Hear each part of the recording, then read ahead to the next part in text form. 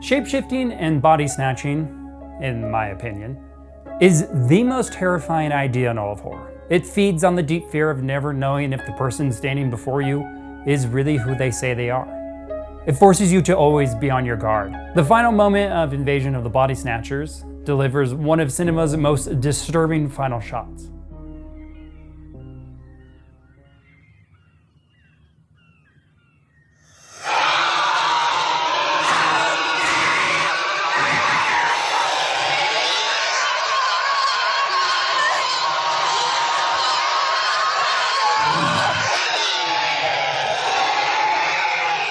Or the greatest horror movie of all time, John Carpenter's The Thing, centers around a shape-shifting alien tormenting and assimilating a remote research team in the Antarctic. I think body snatchers and shapeshifters are the scariest creatures in horror. It's comforting to believe that these creatures are just fiction, right?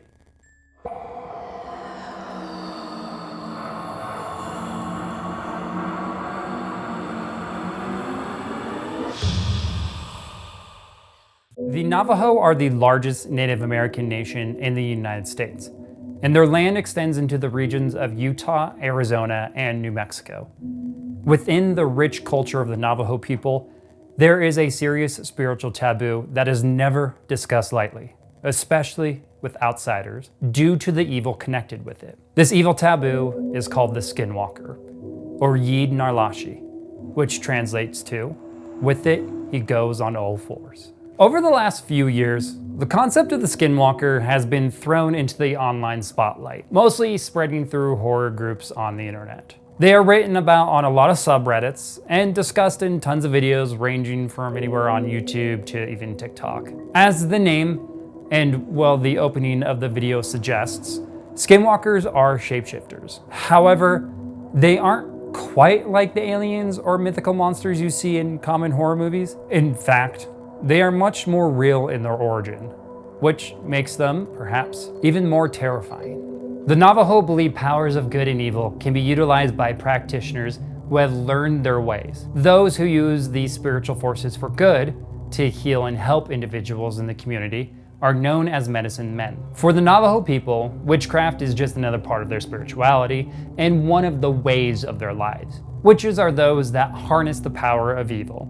And a skinwalker is a form of a witch that can possess an animal or change its shape to look like an animal. Witchcraft has long been part of the Navajo culture, history, and their traditions. Witches exist alongside humans and are not supernaturals. Skinwalkers get their name because they wear the skins of the animals they transform into.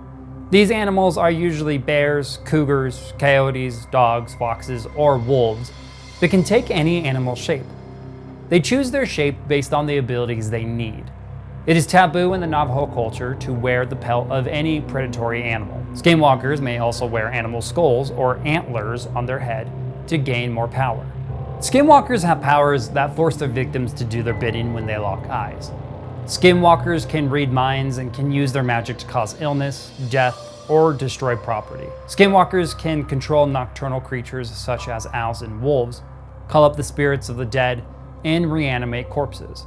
Skinwalkers are also said to run faster than a car and can jump high cliffs. They are extremely fast, agile, impossible to catch, and leave tracks larger than animals. When seen, they have been described as not quite human, but not fully animal. There is an uncanny valley to them, as they teeter on being both animal and man. One Navajo writer has even said that they curse people and cause great suffering and death. At night, their eyes glow red like hot coals, and it's said that if you see the face of a Yid Narlashi, they will have to kill you. They use a mixture that some call corpse powder, and they blow it into your face. Your tongue goes black, and you go into convulsions, and eventually die. There are three important events that brought the concept of the Skinwalker into the wider American public. The first is the Navajo Witch Purge of 1878. If you wish to read the extremely detailed 19-page written document on this purge by Martha Blue, I've included a link down below. According to Blue, the purge was a period of intense conflict and a violent response to people believed to be practicing witchcraft. The conflict started from the raw envy felt by less successful Navajos towards those who had achieved wealth and success in the early reservation years. Allegedly, a group of witches, led by a man named Haston Bawasi, began casting spells by collecting personal items of the wealthy families and burying them to cause sickness, death, and devastating loss of livestock. The purge ended with the violent death of Bawasi, who was shot and stoned to death. In order to ensure that the US military would step in and help manage the growing violence, the Navajo told nearby white traders that their property and lives were in danger. The military sent a small group of soldiers to protect the traders, but importantly, did not stop the Navajo from handling the witchcraft issue, which the Navajo considered a necessary act to restore harmony to their community.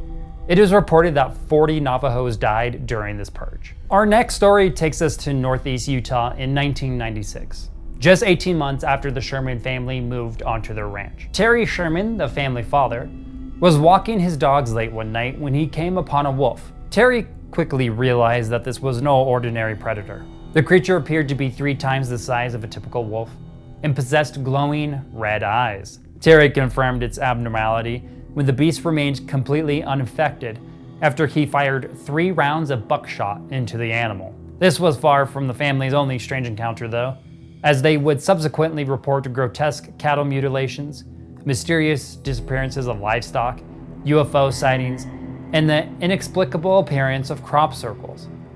The Sherman property was soon, and perhaps famously, renamed to Skinwalker Ranch. Just as a note, Skinwalker Ranch is going to be an entire video on its own and will be covered in detail later on. The final account we'll examine takes place in 1987 and involves the strange murder of Sarah Saganitso, a longtime housekeeper at the Flagstaff Medical Center in Arizona. After finishing her new night shift duties at 11 p.m., Sarah would go missing.